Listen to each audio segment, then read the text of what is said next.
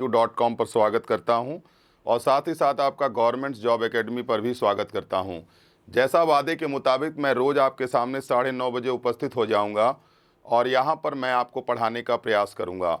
मैं आपको बता देना चाहता हूं, मेरा पेड कोर्स है जो वर्ल्ड कप तक आप लोगों के सामने रहेगा 499 रुपये में। और 499 रुपये क्या कीमत होती है बेटा। NTPC का एग्ज़ाम में अगर आपका सिलेक्शन हो गया तो आप सोचिए, आप 499 पता नहीं कितने कमा लेंगे। और मैं सिर्फ आप लोगों को हाई लेवल कंटेंट प्रोवाइड कर रहा हूं, इसीलिए मैं आपसे इस पेड कोर्स को लेने की बात करता हूं। और पेड कोर्स में सब कुछ सिस्टमैटिक तरीके से ही लगाया गया है, उसमें फिजिक्स भी है, केमिस्ट्री भी है, बायोलॉजी भी है।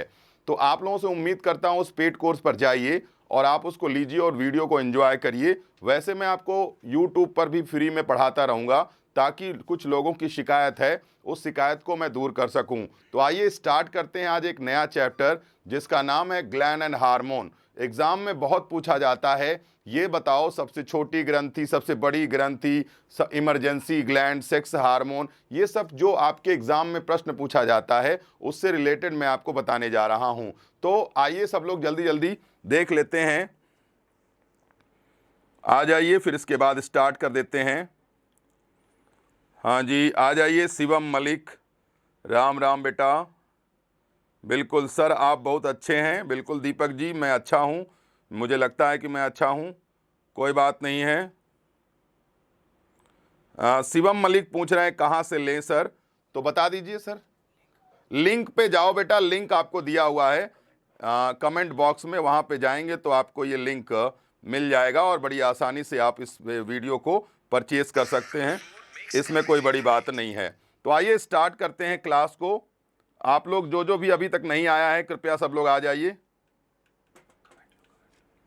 हाँ, कमेंट है, सर जी आपका पेड कोर्स लेना चाहता हूं, कैसे लूं। विवेक आस्थाना बता रहे हैं पेड कोर्स लेना है। आप लिंक आपको भेजा जा रहा है, कृपया लिंक पर जाइए और पेड कोर्स को लीजिए।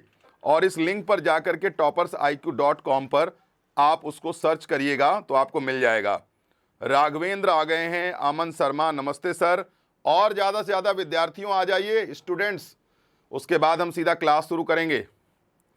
Hi sir. अरे कोई बात नहीं राघवेंद्र, आप लेट नहीं हैं, मैं अब इस क्लास शुरू करने जा रहा हूं।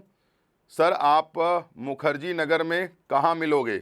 रतनपाल सिंह, क्या करोगे भैया, हमारा तो मुखर्जी नगर में, जहाँ चाहो वहाँ मिल लेंगे। मुखर्जी नगर हमारा घर है और मुखर्जी नगर में हम अपने जीवन के कई साल गुजारे हैं, इसलिए आपको मिल सकते हैं हम यहाँ पे।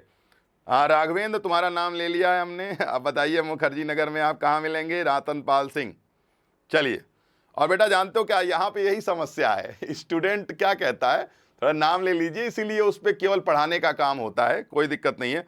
सर कोर्स में टोटल कितने वीडियोस मिलेंगी। 60 से 70 वीडियोस मिलेंगी आपको, और लगभग वीडियोस का ड्यूरेशन आधे घंटे से लेकर 45 मिनट तक का आप लोगों को मिलेगा। बताइए सर पेड कोर्स का रूटीन क्या है। रूटीन आपको पता चल जाएगा, बता दिया जाएगा। Wizard of science, thank you. चलिए अब स्टार्ट करते हैं पढ़ाने का काम। बेटा आपके अभी मैं कमेंट नहीं लूंगा आपके, मैं आज आप लोगों को ग्लैंड एंड हार्मोन समझाने जा रहा हूं। तो आइए इसको बताते हैं ग्लैंड एंड हार्मोन का मतलब क्या होता है। आप हमें यह बताओ, हमारे शरीर में ग्लैंड और हार्मोन की जरूरत क्यों पड़ी। क्या आवश्यकता थी ग्लैंड और हार्मोन की, जो इस शरीर में ग्रंथियां एवं हार्मोन को फिट किया गया। अक्सर एग्जाम में पूछा भी जाता है और लोग चर्चा के दौरान बात करते हैं, भैया ग्रंथि क्या है, भैया हार्मोन क्या है। तो मैं आपको बताता हूं ग्रंथियां क्या हैं। तो ग्रंथियां हमारे शरीर में एक अंग के रूप में काम करती हैं। ग्लैंड इज ऑर्गन, लेकिन जैसे हाथ यहां पर है, हाथ यहां पर है, पेट यहां पर है, यानी सबका अपना एक पोजीशन है। लेकिन याद रखिएगा, ग्लैंड की कोई निश्चित पोजीशन नहीं है। अलग अलग शरीर के भाग में, अलग अलग हिस्सों में ग्लैंड एंड हार्मोन पाए जाते हैं। इसका मतलब यह हुआ कि शरीर के कई भागों में ग्रंथियां और हार्मोन उपस्थित होते हैं। तो अब आपको बताते हैं कि ग्रंथि क्या है। तो बेटा ग्रंथि एक अंग है और उससे एक लिक्विड नुमा पदार्थ निकलता है, द्रव के रूप में पदार्थ निकलता है, और हम उसे कहते हैं हार्मोन। तो ग्रंथि ऑर्गन है और हार्मोन क्या है, एक प्रकार का लिक्विड है। मैं आपको बताता हूं कैसे। अगर आप एक 3 महीने का बच्चा ले लेते हैं हाथ में, अगर वो लड़का है और अगर वो लड़की है, दोनों को आप कपड़े पहना दीजिए, आप आइडेंटिफाई नहीं कर सकते कि वो लड़का है या लड़की है। लेकिन अगर मान लीजिए उसको आप, लड़की जब 8 साल की हो जाएगी और लड़का जब 9 साल का हो जाएगा, तो उसके ब्रेन में एक ग्लैंड होती है हाइपोथैलेमस, वहां पर एक अलार्म बजता है और वह अलार्म अगले 3 सालों तक लड़कियों में, यानी 8 साल से 11 साल की उम्र तक लड़कियों में, और 9 साल की उम्र से 12 साल की उम्र तक लड़कों में वो अलार्म लगातार बजता है। और हम उस अलार्म का नाम बताते हैं आपको, बायोलॉजिकल क्लॉक कहा जाता है, जैविक घड़ी कहा जाता है। और हां, जैसे ही 11 साल की उम्र में लड़की पहुंचती है, उसके शरीर में भयानक परिवर्तन होते हैं, और जैसे ही 12 साल की उम्र में लड़का पहुंचता है, उसके भी शरीर में भयानक परिवर्तन होते हैं। तो याद रखिएगा, वह परिवर्तन चमत्कारों से नहीं हुआ है, वह परिवर्तन किसके कारण हुआ है? वह परिवर्तन हुआ है शरीर में ग्रंथियां एवं हार्मोन के कारण।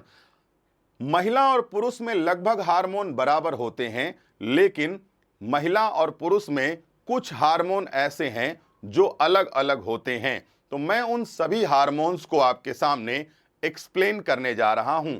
मैं आपको फिर बताता हूं। हाँ जी, आप बहुत अच्छा पढ़ाते हो सर, सुरेश मीना कह रहे हैं। कोई बात नहीं सर, मैं लेट हो गया।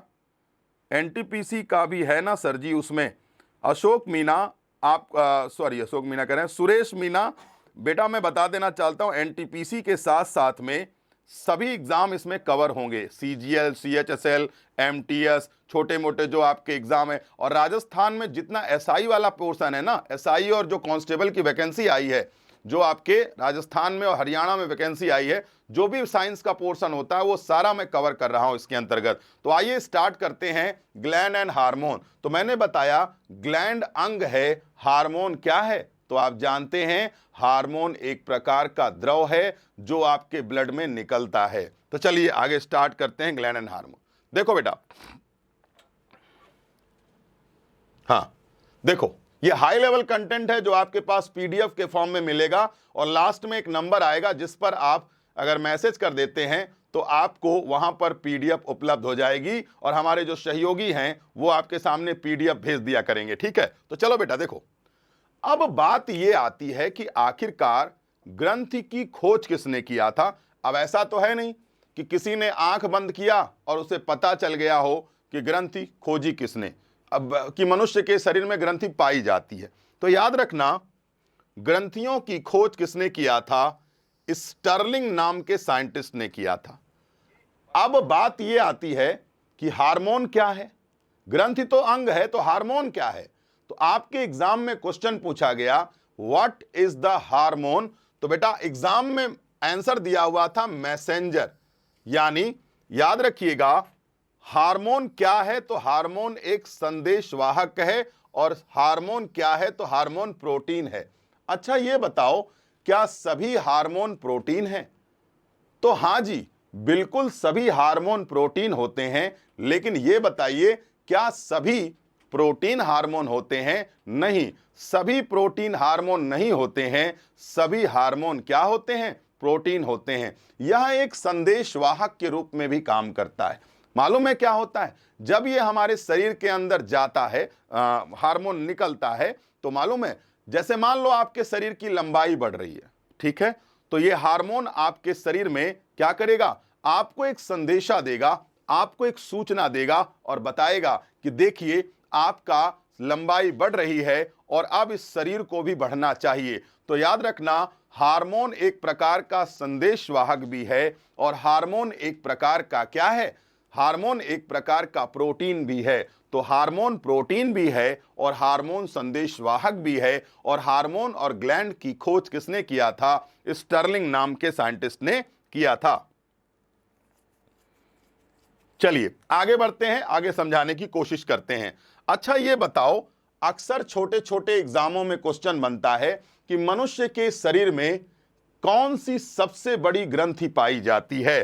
तो मैं आपको बताना चाहता हूं सबसे बड़ी ग्रंथि कौन सी है? लीवर है। लीवर कहां होता है?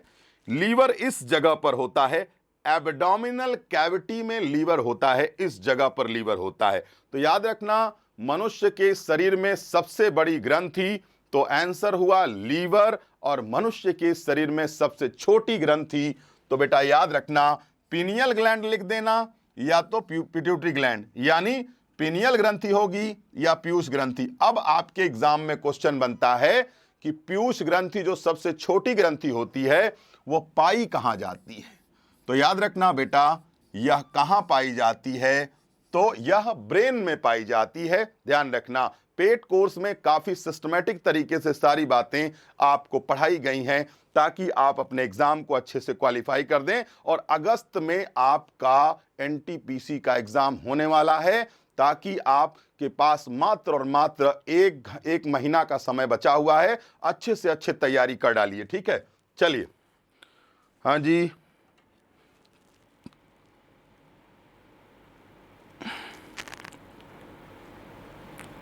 हाँ जी, बिल्कुल राघवेंद्र सही बता रहे हैं। मास्टर ग्रंथि के नाम से जाना जाता है, बिल्कुल सही आप बता रहे हैं। चलिए आगे बढ़ते हैं। अब देखो इधर,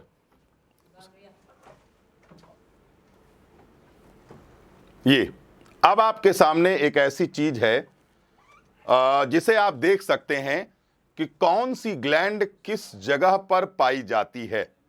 तो आइए, महिला और पुरुष में कौन सी ग्रंथि किस जगह पर पाई जाती है वो मैं आपको पहले पोजीशन बताता हूं कि कौन सी ग्रंथि कहां पर पाई जाती है। तो देखिए, ये मेल है यानी ये पुरुष है, और ये फीमेल है या महिला है। जैसा कि संरचना देख करके आप बता सकते हैं कि कौन पुरुष है और कौन महिला है। तो मैं यहां पर बताने जा रहा हूं what is the hormone. Devashish पूछ रहे हैं व्हाट इज द हार्मोन। बेटा hormone is messenger and hormone is also known as protein. Hormone को मैसेंजर भी कहा जाता है और हार्मोन को प्रोटीन भी कहा जाता है, ठीक है? याद रखिएगा, यानी भूलने की कोशिश नहीं करिएगा। तो देखो, कमेंट भी साथ साथ में लेते चलते हैं। किसी प्रकार का कोई डाउट हो तो आप हमसे जरूर पूछें। हाँ, हार्मोन को मैं एक्सप्लेन कर चुका हूं, कोई बात नहीं। देखो बेटा, अगर ये पुरुष है और मान लीजिए ये ब्रेन का हिस्सा है, ठीक है? तो सुनो, ब्रेन में कौन कौन सी ग्लैंड हो सकती है?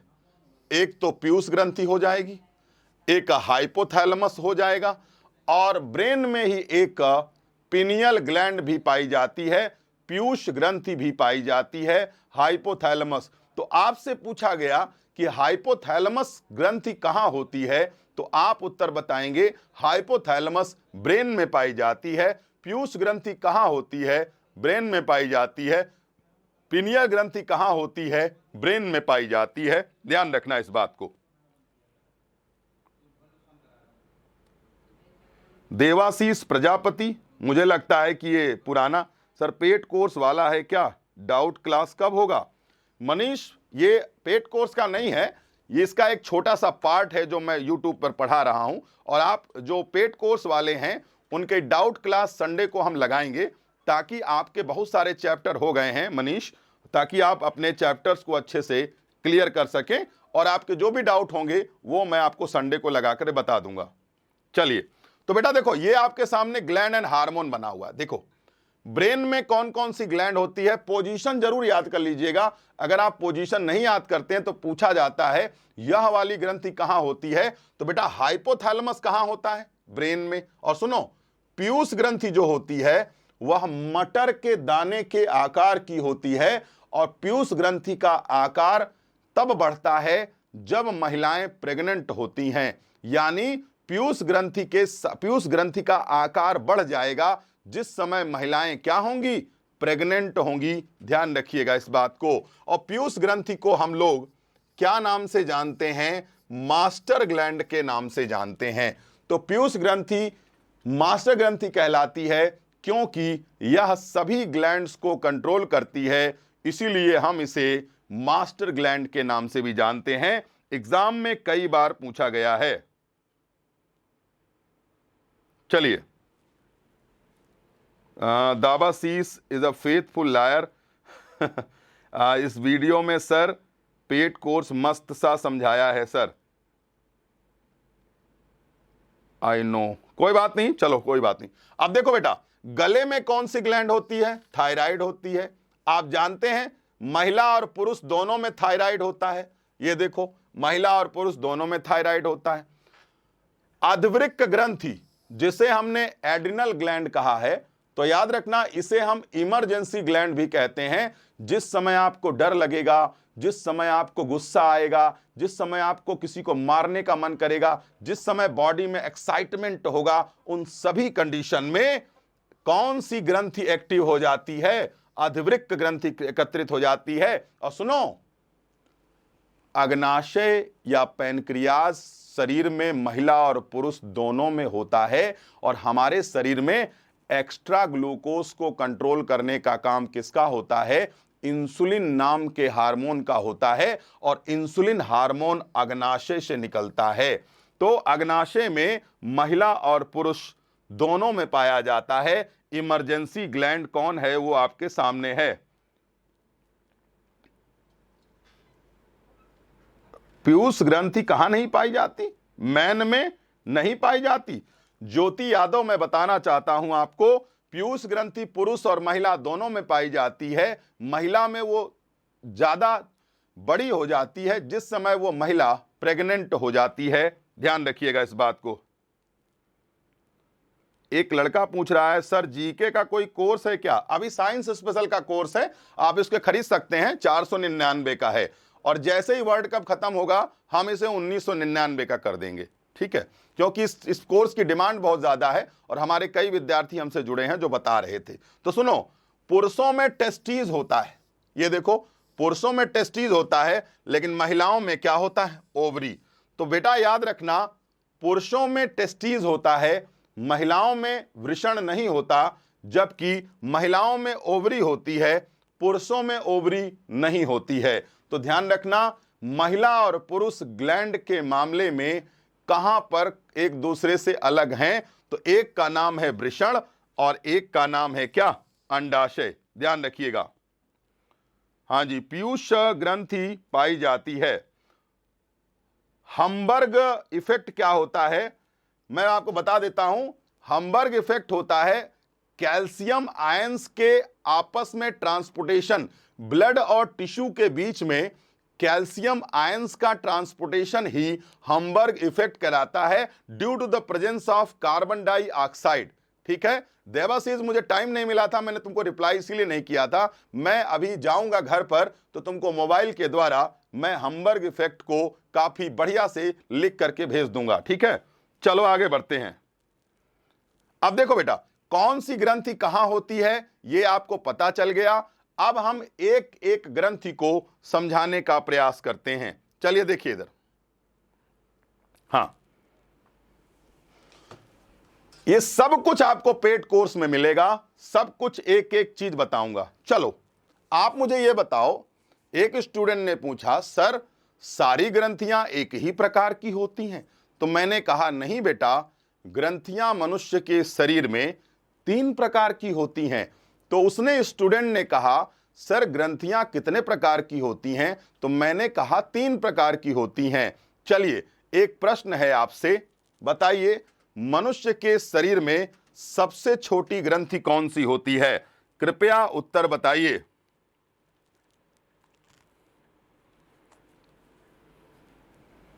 मनुष्य के शरीर में सबसे बड़ी ग्रंथि कौन सी होती है? कृपया जल्दी से उत्तर बताइए।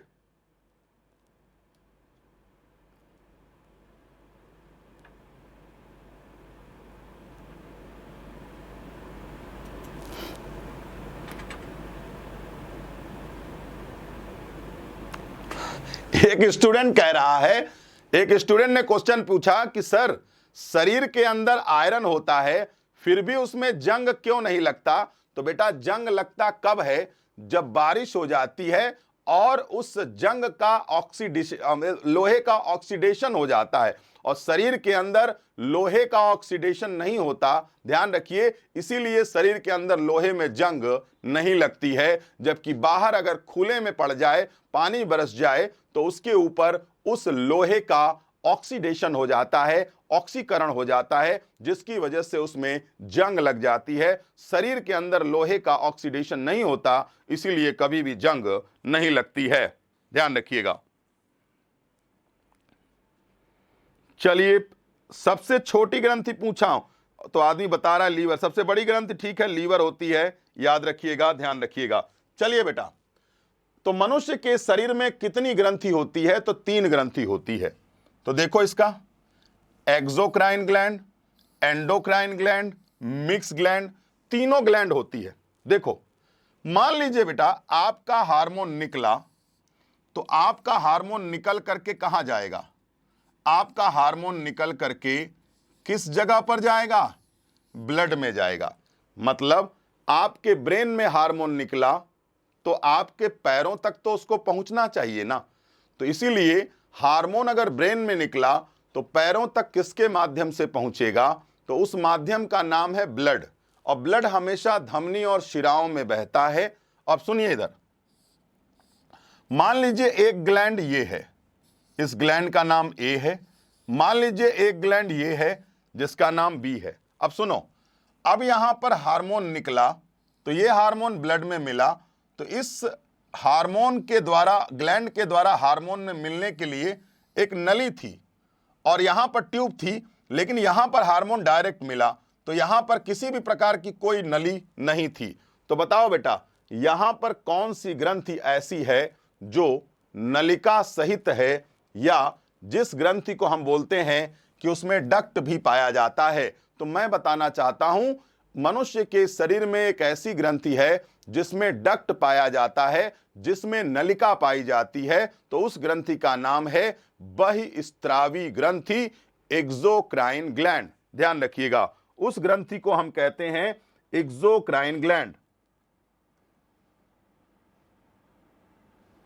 अब देखो, आगे बढ़ते हैं बेटा। अगर जिसमें ग्लैंड नहीं है, तो बताओ, जिसमें डक्ट नहीं है वो कौन सी ग्लैंड होती है? तो हम उसे कहते हैं डक्टलेस ग्लैंड। बेटा एक बात बताओ, कौन सी ऐसी ग्रंथि है जो जिसमें डक्ट भी होता है और डक्ट नहीं भी होता है? तो हम उसको कहते हैं क्या? Mix gland.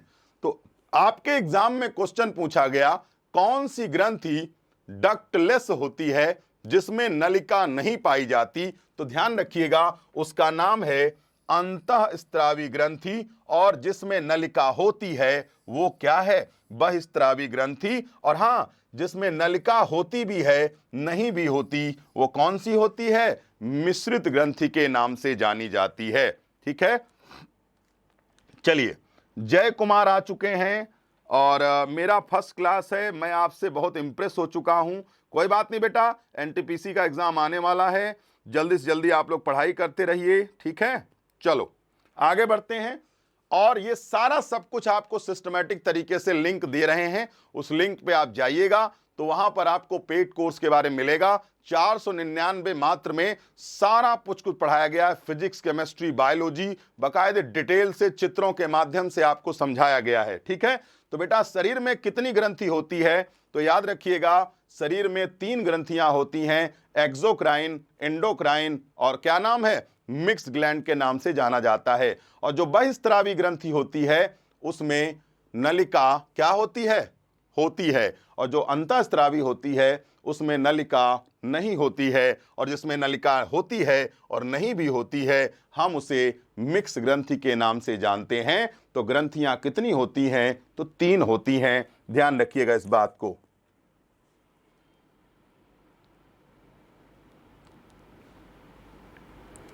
हाँ, O2 लगाइएगा बेटा, O2 लगाइएगा, पानी मत लगाइएगा, ठीक है। हाँ, फिजिक्स में न्यूमेरिकल भी होगा, अभी मैंने एक चैप्टर पढ़ाया है, फिजिक्स में न्यूमेरिकल भी होगा, घबराइए नहीं, ठीक है। चलिए देखिए, आगे बढ़ते हैं। बेटा एक बात बताओ, अगर आपके एग्जाम में क्वेश्चन पूछा कि सबसे बड़ी ग्रंथि कौन सी है, तो आप क्या बताएंगे? लीवर है। लेकिन मैं आपसे एक प्रश्न पूछता हूं, सबसे बड़ी बहिस्त्रावी ग्रंथि कौन सी है? सबसे बड़ी बहिस्त्रावी ग्रंथि कौन सी है और सबसे बड़ी अंतःस्त्रावी ग्रंथि कौन सी है? अगर आपसे यह प्रश्न पूछ लिया गया तब आप क्या बताएंगे? बताइए। बहिस्त्रावी ए एंजाइम, अंतःस्त्रावी हार्मोन। बहिस्त्रावी से एंजाइम निकलता है और अंतःस्त्रावी से हार्मोन निकलता है। कोई बात नहीं, देखो इधर आप लोगों को मालूम होना चाहिए सबसे बड़ी ग्रंथि कौन सी है। अगर आपसे पूछा गया तो आप आंसर बताएंगे लीवर। लेकिन बेटा आपसे यह पूछा गया कि सबसे बड़ी बहिस्त्रावी ग्रंथि कौन सी होती है, तो उसका नाम क्या है, तो भी आंसर होगा लीवर। लेकिन जब आपसे यह पूछा गया सबसे छोटी ग्रंथि, तो आप बताएंगे पीयूष ग्रंथि। लेकिन आपसे यह पूछा गया सबसे छोटी बहिस्त्रावी ग्रंथि, तो आप आंसर देंगे पसीने वाली ग्रंथि। यानी यहां पर थोड़ा सा अंतर आ जाता है छोटी वाली ग्लैंड में। तो सबसे बड़ी ग्लैंड शरीर में कौन सी है, तो लीवर। और सबसे बड़ी बहिस्त्रावी ग्रंथि कौन सी है, तो भी लीवर। और सबसे छोटी बहिस्त्रावी ग्रंथि कौन है, तो बेटा पीयूष नहीं होगा। क्या होगा, वहां पर श्वेत ग्रंथि होगी, पसीने वाली ग्रंथि होगी। ध्यान रखिएगा। आगे बढ़ते हैं। अब आपसे पूछा गया कि सबसे बड़ी अंतःस्त्रावी ग्रंथि का नाम बताइए, तो वहां पर आप लीवर नहीं लिखेंगे, वहां आप लिखेंगे गले वाली थायराइड ग्रंथि। तो गले वाली जो थायराइड ग्रंथि होती है वह क्या होती है, वह आपकी होती है क्या, थायराइड ग्लैंड। सबसे बड़ी इंडोक्राइन ग्लैंड और सबसे छोटी इंडोक्राइन ग्लैंड वही होती है जो पीयूष ग्रंथि होती है। और आपके शरीर में एकमात्र ग्रंथि जो पीयूष ग्रंथि अग्नाशय है, जो मिश्रित ग्रंथि के नाम से जानी जाती है। तो मनुष्य के शरीर में कौन सी ग्रंथि है जो मिश्रित ग्रंथि के नाम से जानी जाती है, तो उसका नाम है क्या, पैनक्रियाज। सबसे बड़ी ग्लैंड तो लीवर, और सबसे बड़ी अगर एक्सोक्राइन तो स्वेट ग्लैंड, सबसे बड़ी अगर इंडोक्राइन तो क्या, थायराइड।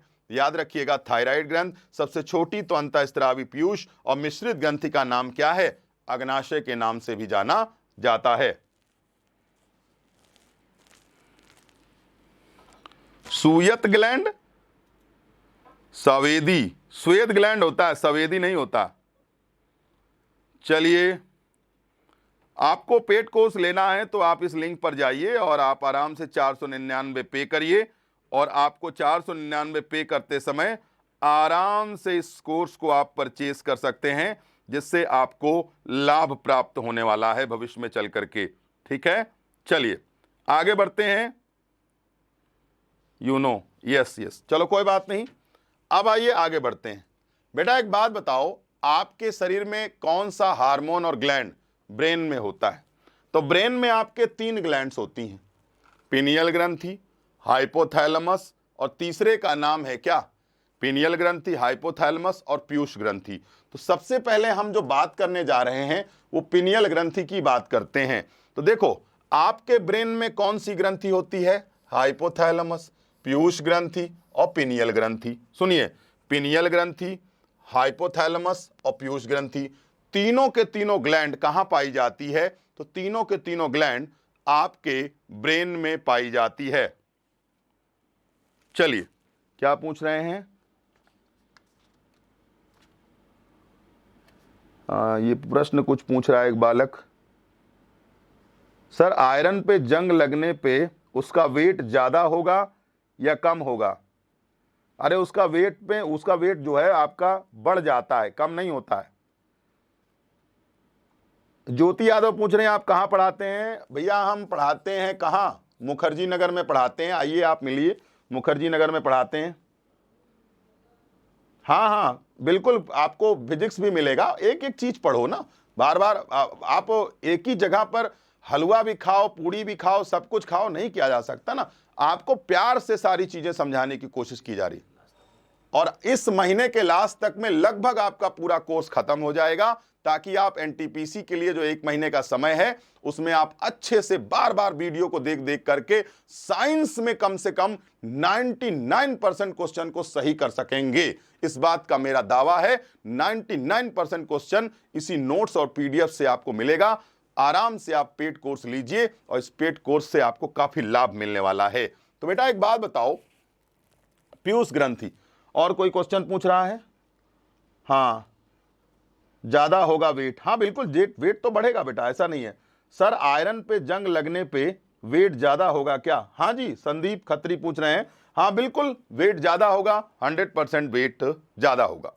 अब एक बात ध्यान रखिए, केमिस्ट्री का क्वेश्चन है, आप लोग यहां मत पूछिए, ठीक है। हमारे शरीर में एक ग्लैंड है, नाम है पिनियल ग्लैंड। अच्छा ये बताओ, आपके शरीर में कितनी आंखें होती हैं? तो आपने कहा सर हमारे शरीर में 2 आंखें होती हैं, लेकिन मैं आपको बता देना चाहता हूं आपके शरीर में एक तीसरी आंख भी है जो ब्रेन में होती है, और उस तीसरी आंख का नाम है पिनियल ग्लैंड। तो pineal gland is also known as third eye in human body. Pineal ग्रंथि को मनुष्य के शरीर में तीसरी आंख के नाम से जाना जाता है। और हां, एक चीज और जान लीजिएगा, कभी कभी आप किसी बाबा जी के पास जाते हैं तो आप कहते हैं कि आखिरकार ये बताइए कि हमारा भविष्य क्या है? तो बाबा जी कहते हैं तुम्हारा भविष्य, आंख बंद करते हैं और कहते हैं तुम्हारा भविष्य खराब है। तो उन्होंने कहा क्या खराब है? कहीं पूरा भविष्य ही खराब है। तो बाबा, एक बात याद रखना, किसी बाबा के पास जाके अपना भविष्य मत पूछना, किसी ज्योतिषी से मत पूछना। आप अपनी आंख बंद करोगे तो आपका सिक्स सेंस काम करेगा और आप अपने भविष्य को खुद भी जान जाएंगे। तो याद रखना, आपके शरीर में कौन सी ऐसी ग्लैंड है जो सिक्स सेंस का काम करती है? तो उसका नाम क्या है बेटा? तो याद रखना, उसका नाम है पिनियल ग्लैंड, उसका नाम है पिनियल ग्रंथि। तो ध्यान रखना, मनुष्य के शरीर में तीसरी आंख कौन है? तो उसका नाम है पिनियल ग्रंथि। और मनुष्य के शरीर में कौन सी ऐसी ग्रंथि है जो सिक्स सेंस का काम करती है? उसका नाम है क्या? पिनियल ग्रंथि। और हां, या आपको मालूम है, हमारा मूड अगर ठीक है तो, और हमारा मूड अगर खराब है तो मूड के लिए भी कौन जिम्मेदार होती है? तो उसका नाम है पिनियल ग्रंथि। तो पिनियल ग्रंथि मूड के लिए भी जिम्मेदार है, ध्यान रखिएगा इस बात को। हाँ जी,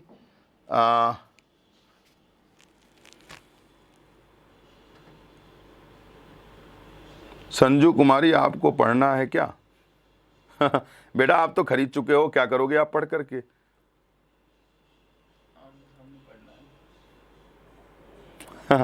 संजू कुमारी तुम तो पढ़ चुकी हो हमसे।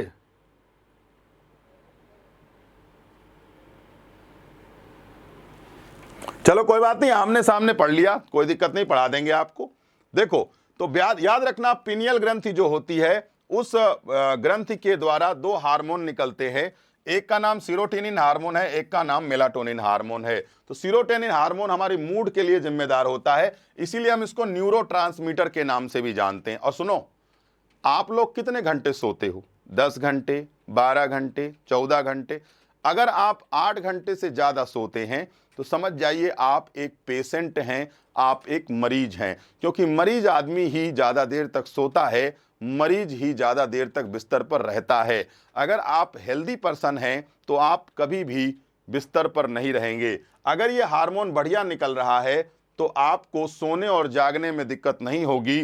तो याद रखना, melatonin hormone, serotonin hormone, serotonin hormone, melatonin hormone, यह किस ग्रंथि से निकलता है? तो उसका नाम है पिनियल ग्रंथि से निकलता है। और हां, सोने और जागने में भी मेलाटोनिन नाम का हार्मोन मदद करता है, ध्यान रखिएगा इस बात को। और हां, इसीलिए तो आपको कहा जाता है कि अगर ये हार्मोन डिस्टर्ब हुआ तो आपको सोने में दिक्कत होगी, और आपको क्या दिक्कत होगी?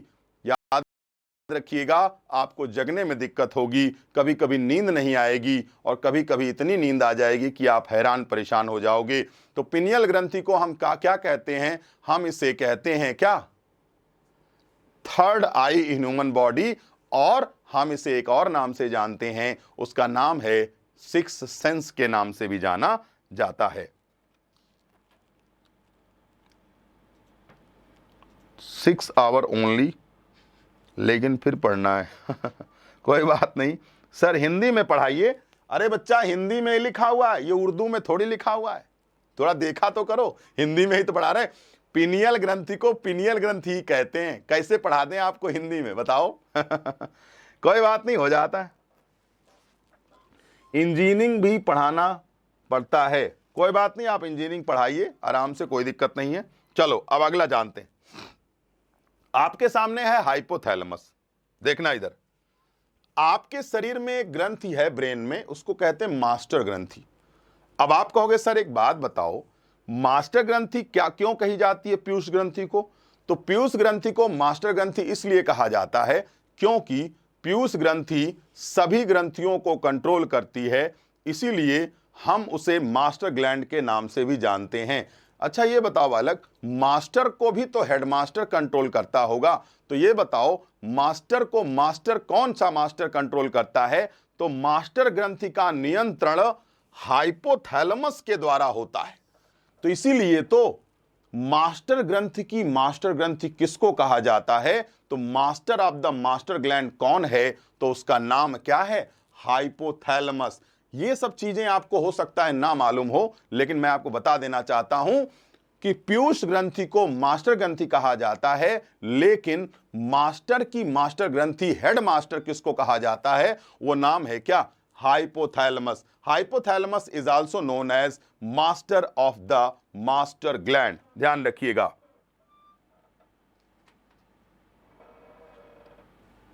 चलो आगे बढ़ते हैं। और बेटा याद रखना, यहां से दो हार्मोन निकलते हैं, एक का नाम है ऑक्सीटोसिन हार्मोन, ये देखो, एक का नाम है ऑक्सीटोसिन हार्मोन और एक का नाम है क्या? Vasopressin hormone.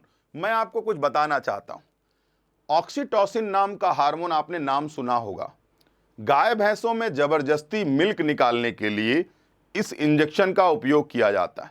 गाय भैंस क्या बोलते हैं उसको, सब्जियों को रातों रात बड़ा करने के लिए भी इस इंजेक्शन का प्रयोग किया जाता है, लेकिन ये बहुत हानिकारक होता है। ऑक्सीटोसिन नाम का हार्मोन महिलाओं में उस समय निकलता है जब वो प्रेग्नेंट होती हैं। याद रखना, बच्चे को नॉर्मल डिलीवरी कराना है तो ऑक्सीटोसिन नाम का हार्मोन निकलना बहुत जरूरी है, क्योंकि यह गर्भ के खुलने और बंद होने को कंट्रोल करता है, गर्भ के खुलने और बंद होने को नियंत्रित करता है। महिलाओं में मिल्क बनता है, तो मिल्क बनाने में कौन मदद करता है? यह मदद करता है, कंट्रोल करता है। और हां, हमारे शरीर में कितना पानी है, कितना पानी नहीं है, जल का संतुलन कौन करेगा? तो उसका नाम है क्या? Vasopressin hormone. ठीक है, उसका नाम है वैसोप्रेसिन हार्मोन। तो यहां से आप देख सकते हैं, वैसोप्रेसिन हार्मोन जल संतुलन का काम करता है और ऑक्सीटोसिन हार्मोन यह महिलाओं में गर्भ के खुलने और बंद होने को नियंत्रित करता है। और हां, यह मिल्क सिक्रीशन में भी मदद करता है। और हाइपोथैलेमस को मास्टर ग्रंथि की मास्टर ग्रंथि भी कहा जाता है। फ्रूट्स को पकाने में बिल्कुल बिल्कुल डिस्कवर किसने किया था? तो आदित्य तिवारी। मैं आपको बताना चाहता हूं कि हार्मोन की खोज स्टर्लिंग नाम के साइंटिस्ट के द्वारा हुआ था। आप इसको पढ़िएगा तो आपको प्राप्त हो जाएगा। तो आज के लिए हम इतना ही रखेंगे। अब आगे की क्लास आपकी आगे की जो होगी वो होगी कल 9:30 बजे। तो आज के लिए इतना ही रहेगा। हाँ, और कोई डाउट हो तो आप पूछ सकते हैं, और आप हमसे पीडीएफ के लिए यहां पर संपर्क कर सकते हैं। इस नंबर पर आप हमसे संपर्क कर सकते हैं, इस नंबर पर आप हमसे कांटेक्ट कर सकते हैं पीडीएफ के लिए। और अगर आपको पेड कोर्स खरीदना है तो आप यहां पर जाकर के खरीद सकते हैं। इसी तरीके से मैं आप लोगों को कल आऊंगा, तो कल मैं आप लोगों को पीयूष ग्रंथि और थायराइड ग्रंथि पढ़ाऊंगा, जो कि आपके सामने आएगा और उसको मैं पढ़ाने का प्रयास करूंगा ताकि एग्जाम में आप क्वेश्चन कर सकें। बताइए, कोई डाउट हो किसी प्रकार का तो आप हमसे पूछ सकते हैं। किसी भी प्रकार का कोई आपको दिक्कत हो रही हो या किसी प्रकार की कोई परेशानी हो रही हो तो आप हमसे पूछ सकते हैं। बॉटनी भी पढ़ाएंगे बालक, बिल्कुल पढ़ाएंगे, 100% पढ़ाएंगे। सारी चीजें आपको बताएंगे, सारी चीजें आपको समझाने का कोशिश करेंगे। हाई लेवल कंटेंट हम आपको दे रहे हैं, बाकायदे यहाँ टाइप करवा करके, चीजों को संशोधित करवा के। और हाँ, इस पूरे पेड कोर्स में मैं आप लोगों को वीडियो प्रोवाइड कर रहा हूं। 60 to 70 वीडियोस आएंगी। एमसीक्यूज आएगा, जिसमें एक चैप्टर से रिलेटेड 35 से लेकर 70 क्वेश्चन तक होंगे एमसीक्यूज। साथ ही साथ आपको पीडीएफ भी अवेलेबल रहेगी। पीडीएफ आपको फ्री में अवेलेबल रहेगी।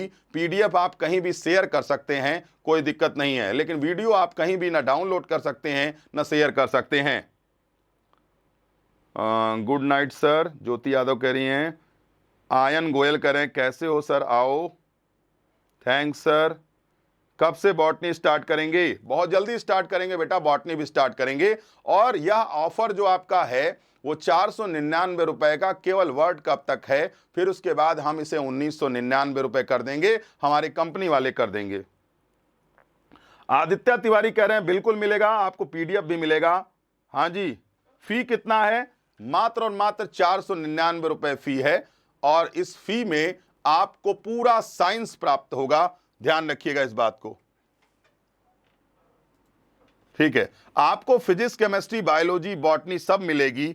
आप एक बात बताओ, 499 क्या ज्यादा बड़ा अमाउंट है? नहीं दोस्त, याद रखिएगा 499 रुपया बहुत बड़ा अमाउंट नहीं है। 18% जीएसटी देना पड़ता है, 3% पेमेंट गेटवे का देना होता है, 10% टीडीएस है, और 20% क्या है, डेवलपर ले लेता है।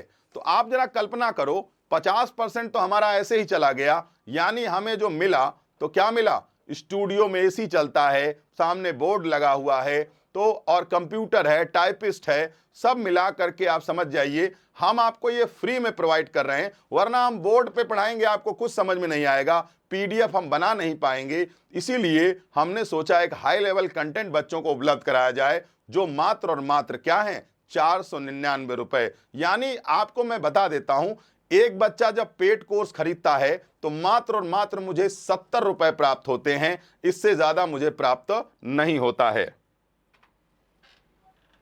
हाँ बिल्कुल आदित्य तिवारी, बेटा ये 30 से लेके 5 जुलाई के बीच में फिनिश हो जाएगा ये बैच पूरा। ये जो पेड कोर्स आपका है, ये मुश्किल से मुश्किल 5 जुलाई तक फिनिश हो जाएगा ये बैच। और कोई दिक्कत हो तो बताएं। हाँ हाँ, कुरारा हमीरपुर बिल्कुल कराएंगे बालक, ध्यान रखो। चलिए, तो आज के लिए इतना ही रखते हैं। नमस्कार, धन्यवाद, थैंक यू। कल 9:30 बजे फिर मिलते हैं, तब तक के लिए